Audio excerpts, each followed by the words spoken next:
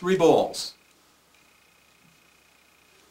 a hat, and a magic stick, and a curious type of arithmetic. One ball, two balls, and a third in the hat. And by removing just one, what's the result of that? If you said two, how wrong you would be, because the total is no less than 3. One ball, two balls, and a third in the hat. And by removing just one, what's the result of that? Well, if you said 2, and that was your guess, I'd say try again and answer one less. Now, if that was too fast, I can do it once more. This time much slower than before. One ball, two balls, and a third in the hat. And by removing one invisibly, what's the result of that? Well, if you said 3, you'd be partially right, except for the fact they're now blue, red, and white.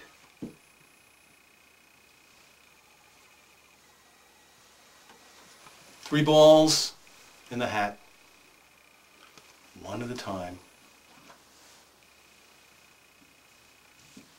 A wave of the wand, and a puzzling rhyme.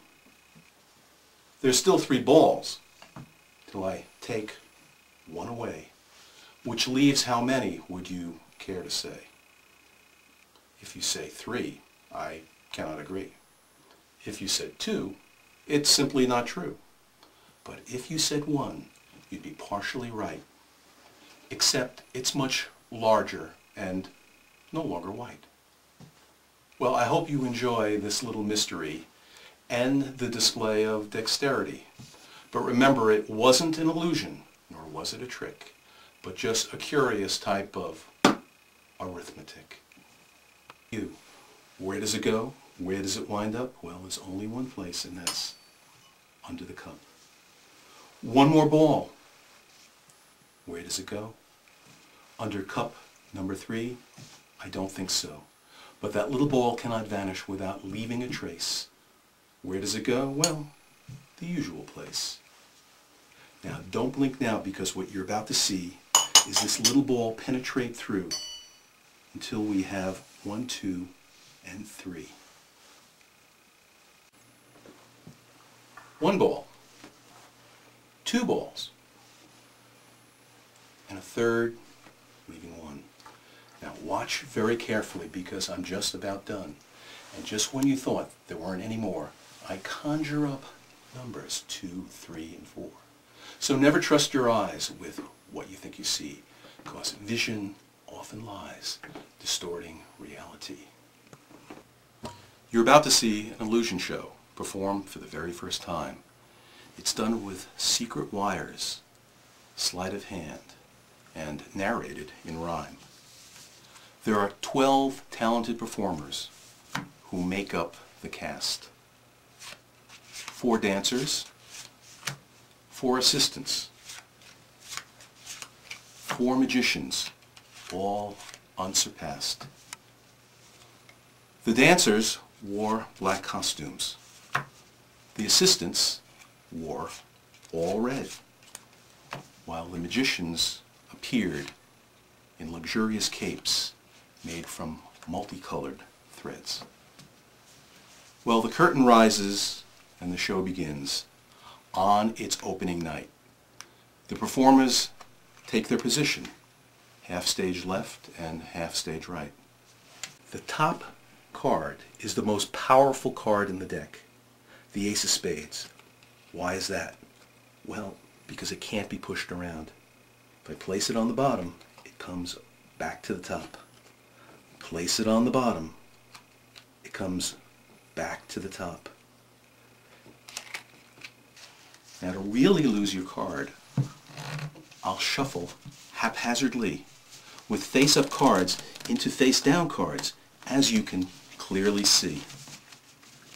Another jumbled up shuffle with cards out of place, some showing their back and some showing their face. Now, if I were to cut the cards like this and do it several times, what will be the result? Well, the answer's in these rhymes. Confusion. Then again, this may all be a hypnotic trance. Maybe that can explain this circumstance. Well, the rings have the ability to pass right through. Well, how do I do it? Well, I'll give you a clue.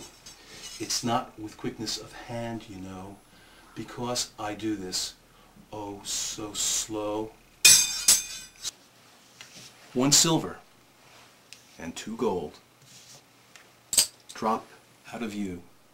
What's in the hand? Well, I'll give you a clue. It's not the gold, which are not coming back, but precisely 3 silver, as a matter of fact.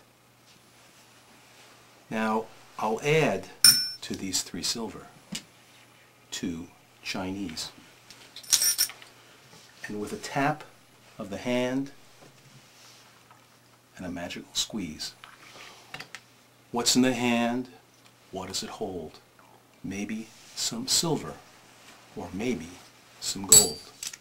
But these coins can change in the blink of an eye into something quite strange, known as the coins of Shanghai hand. Now, let's simplify this by eliminating the pocket. I'll place 1 ball in my left hand. 1 ball goes in the right hand, and by just tapping like this, 2 balls appear in the right hand. Again, 1 ball in each hand, and just by tapping like this, we now have 2 balls in the left hand.